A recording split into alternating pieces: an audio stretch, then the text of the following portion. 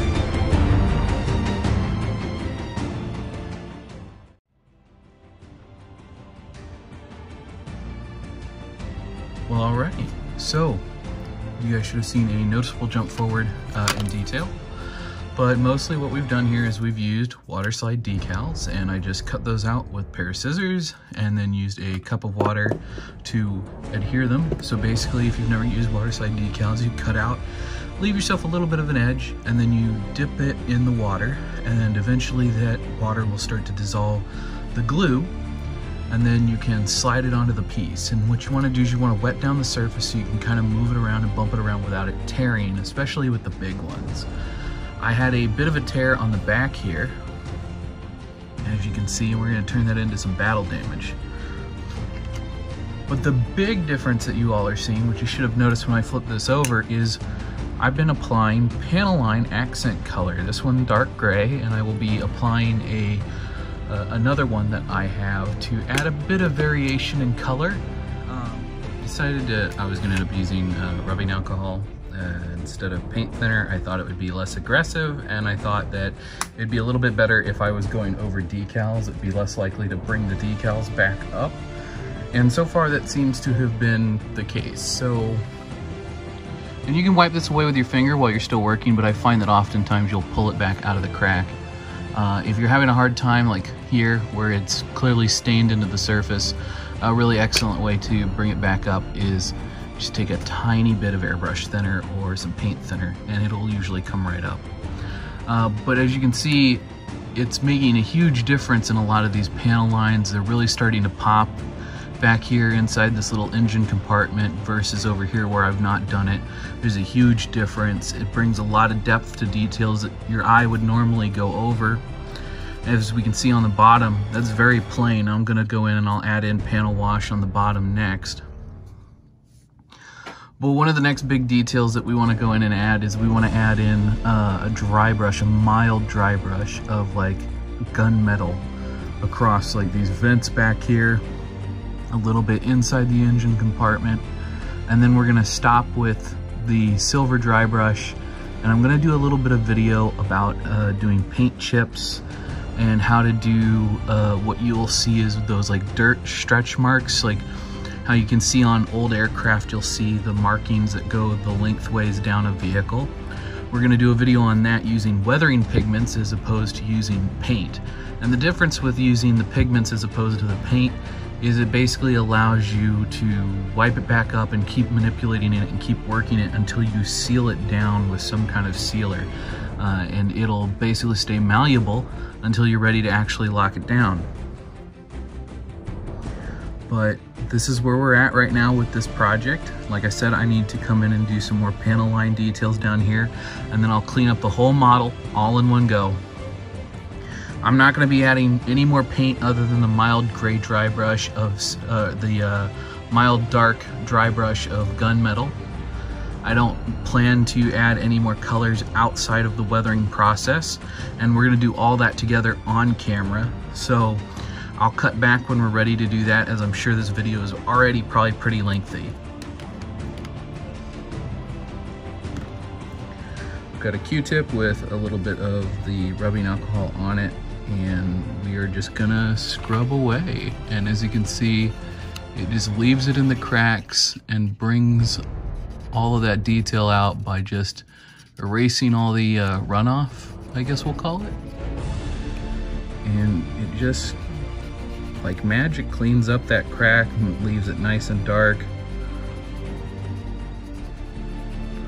And you don't have to 100% clean it up like what I'm doing. You may decide that you want to leave a little behind, just to kind of bring in some depth and detail to make it look a little older if you were working on something like this. Especially like if you're doing model trains, you may only want to clean up like half of this. You may not want to go all the way.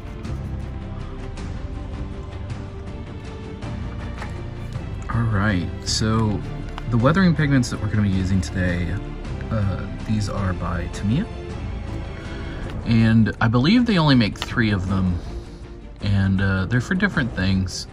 I love different things from all of these, but if you can only afford one, depending on the type of modeling you do, you know, you're gonna need different ones.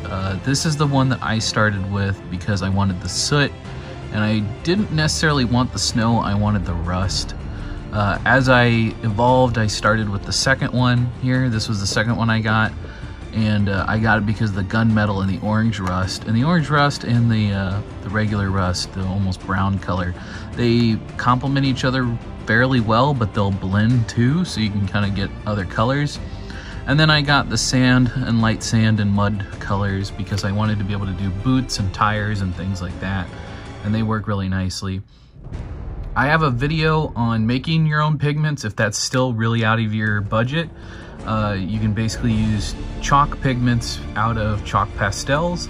If you want to check out that video, I'll link it at the end of the video, as it's a pretty solid place to start. Even if you can't afford this, you may already have chalk pastels, and you can use sidewalk chalk, although I really suggest going to chalk pastels and not using sidewalk chalk.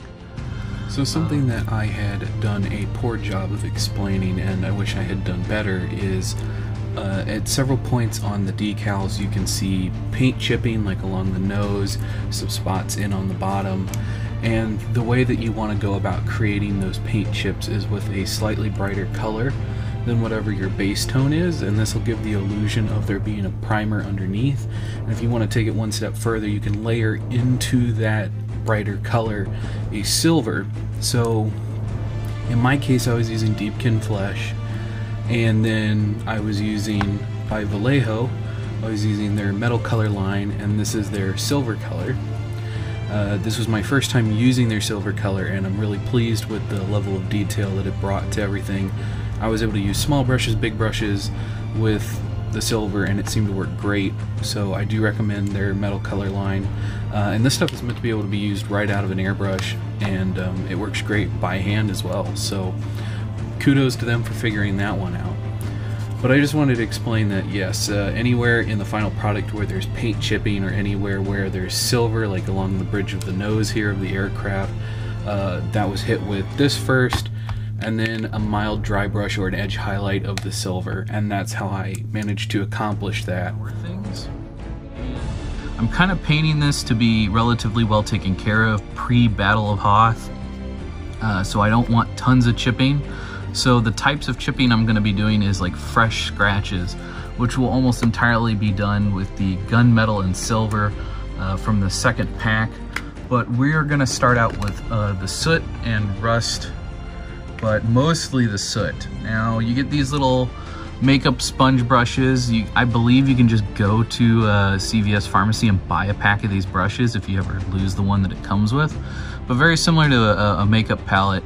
You can kind of just rub this sponge onto the pigment, and it'll absorb a fair amount of it.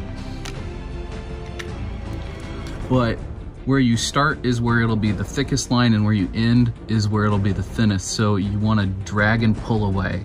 So as you connect with the piece and then pull up, so a diagonal motion to create streaking.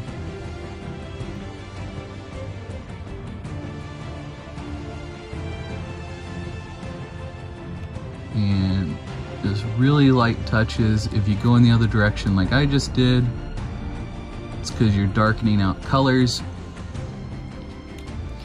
And the brush tip is also just for kind of feathering the color all over the surface. So if you want just a really sooty spot, you can go in and add some more streaks and make things a little bit more apparent.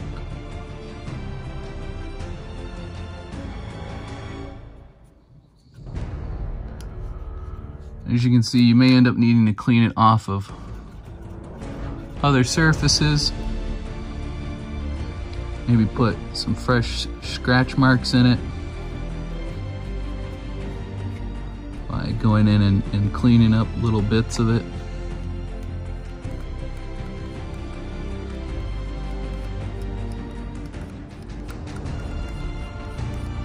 And as we keep manipulating and playing with it, you can see that it really starts to bring some life into that piece.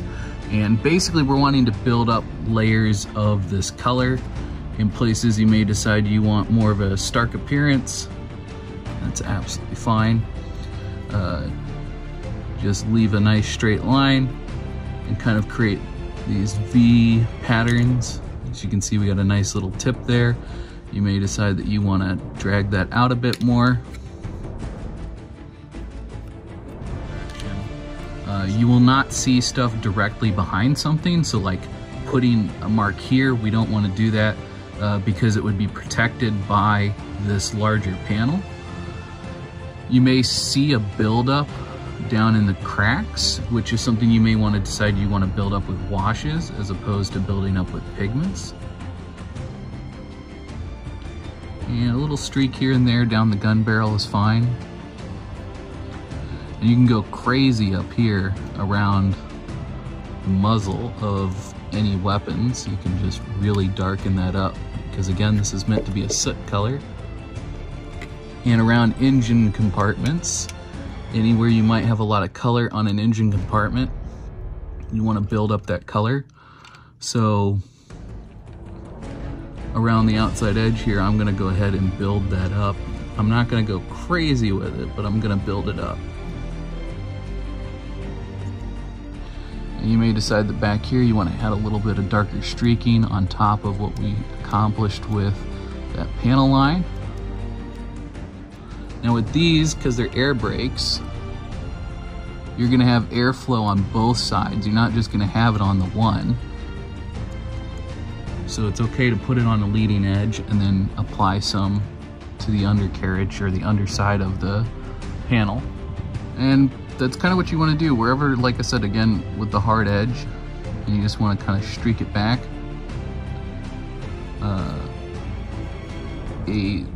If we think of this as a singular plane, this horizontal stripe, because the wind is flowing this direction, this horizontal stripe you may want to keep clean or very mildly weather, whereas this vertical stripe, again, that's what's catching the air. So that might be where you want to focus some of your weathering.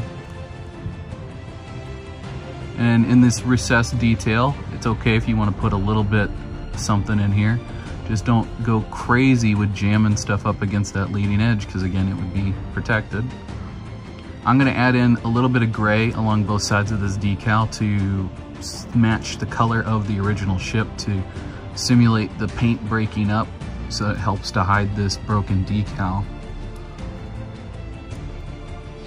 And if you've got a delicate piece like this air brake, just go ahead and put your finger behind it to protect it, and you can blend it in all as one piece by doing streaks that come across both of these pieces. And I would imagine that the bottom of the ship probably doesn't get washed all that often. So if you want to go heavy on your streaks on the bottom of the ship, that's definitely a place that you can do it. And maybe in places where you get these nice big circles, you can concentrate, maybe add a little bit of black paint directly to the middle so it looks more like a blaster mark, especially for these Star Wars ships. Again, we're starting on a leading edge and then working our way up. And even though the cockpit is removable, I want to do all of our weathering with the cockpit in place so that it all blends in, whether I have the cockpit off for display or whether I have the cockpit on for display. So here we are with the dull coat on. This should protect all of the black we've just put on. I've done a little bit of silver streaking. I've gone in and used a little bit of an off-white to kind of be like a primer color, and added some pox here and there in the decals. That should help make things look a little bit more weathered, a little bit more clear. And basically the final stages is just a tiny bit of rust work. We don't need to go crazy on this. I'm going to put in a little bit of rust in these compartments, as I imagine some snow and water may collect there. We want to put a little bit here and maybe a little streak kind of coming out from all of these spots where snow would collect, get heated up on everything, and then melt off and cause some light rusting.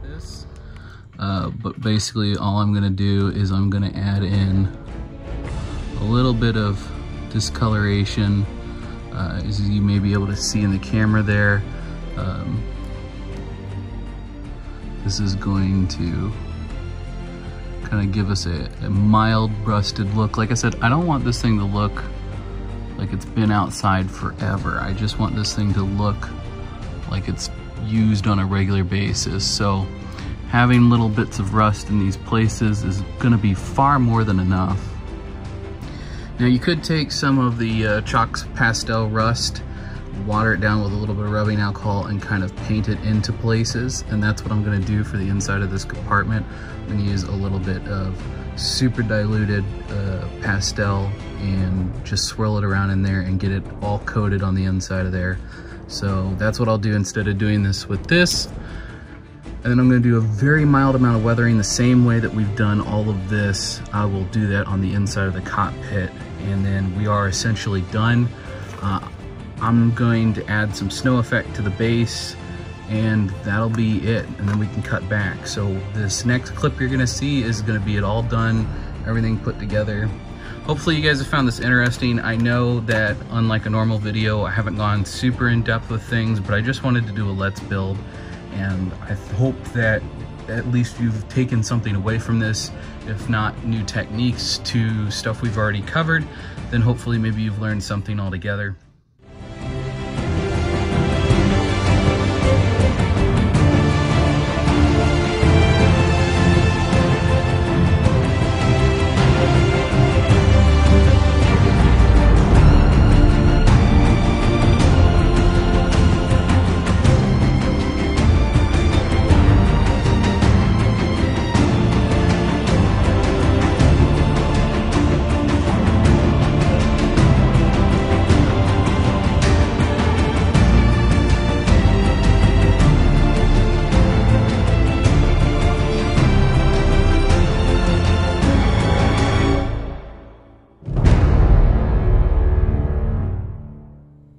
And there you have it, folks. The Bandai Snowspeeder, the classic Star Wars Rebel vehicle from the Battle of Hoth.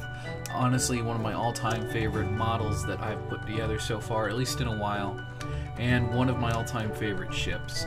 Hopefully you guys have learned something, and until next time, may your display case always be full and your pile of shame always overflow.